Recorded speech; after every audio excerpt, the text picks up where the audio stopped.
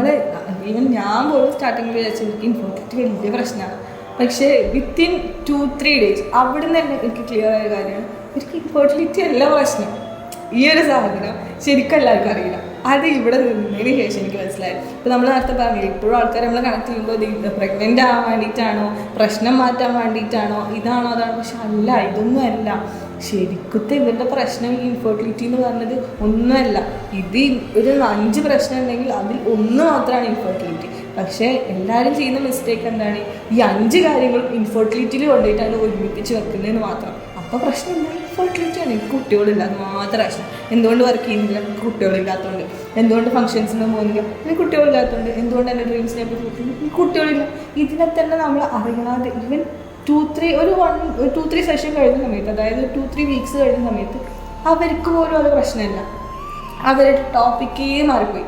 First even നമ്മളെ കമ്മ്യൂണിറ്റിക്കൊക്കെ first വന്നവരെ പറ്റി ആലോചിക്കുമ്പോൾ എനിക്കിപ്പോൾ അവരെ ഭയങ്കര ഹാപ്പിയാണ്. ബിക്കോസ് ഭയങ്കര പ്രൗഡായിട്ട് തോന്നും.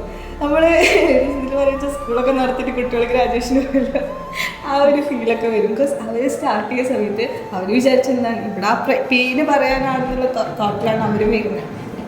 ഒരു വട്ടം വിളിക്കുമ്പോൾ പോലും അവരെന്നോട് ഇൻഫെർട്ടിലിറ്റിയുടെ വിഷമങ്ങൾ പറഞ്ഞ് കരഞ്ഞിട്ടില്ല.